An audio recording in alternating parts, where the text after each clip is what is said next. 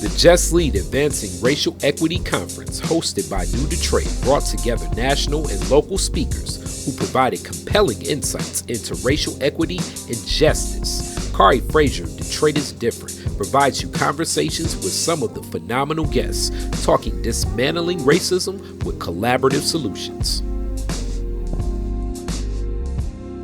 Yeah, my name is Trevor Lauer. I work at DT Energy. I love my company, and I am really happy to be at the New Detroit Conference. Now, Detroit is different here at New Detroit's Just Lead Conference 2023, talking racial equity. Trevor Lauer, representing DTE Energy. How are you today? Very good. Thanks for having me. Definitely. And you got on the panel and you told some deeper questions about just really making this connection.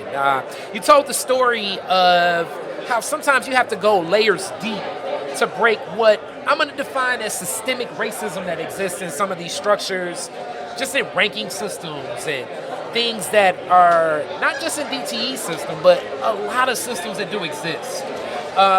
Moving forward and pushing something like that forward, where it took many iterations. It takes time, it takes effort, it takes commitment.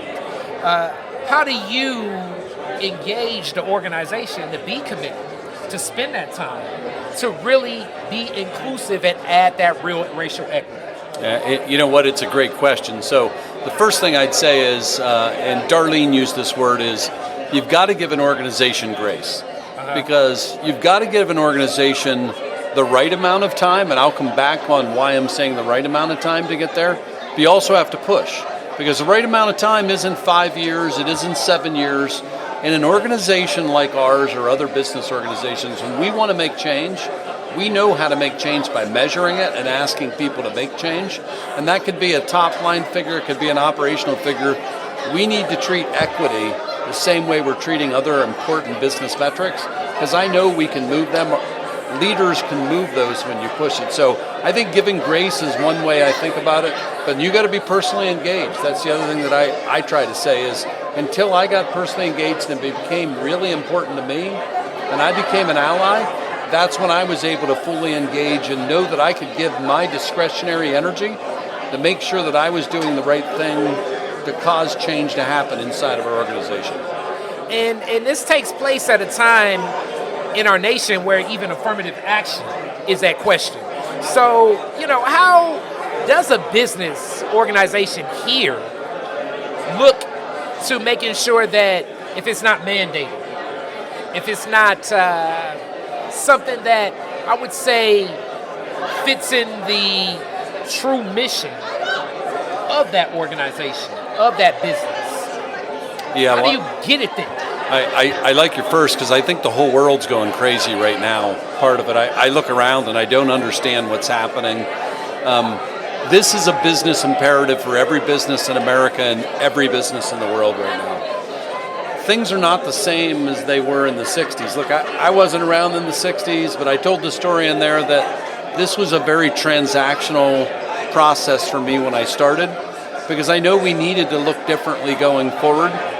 But I didn't grow up in a family where I was educated by my mother and father to think about systemic racism.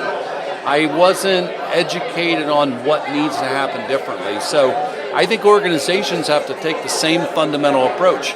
You have to educate yourself.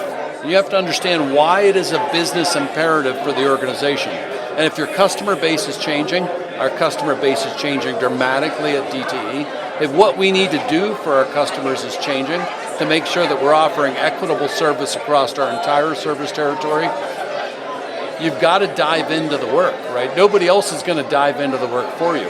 We have a lot of voices from the outside that'll say you need to do it, you need to do it. But at the end of the day, a business has to absorb that as an imperative.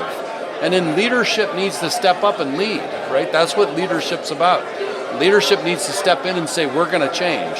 And we can spend time talking about what are those change metrics that you want to see change, but leadership needs to lead. And when we talk about that change, also you spoke to your upbringing and your understanding, and when we think of diversity, it's bringing and meshing together a lot of different cultures, a lot of different backgrounds.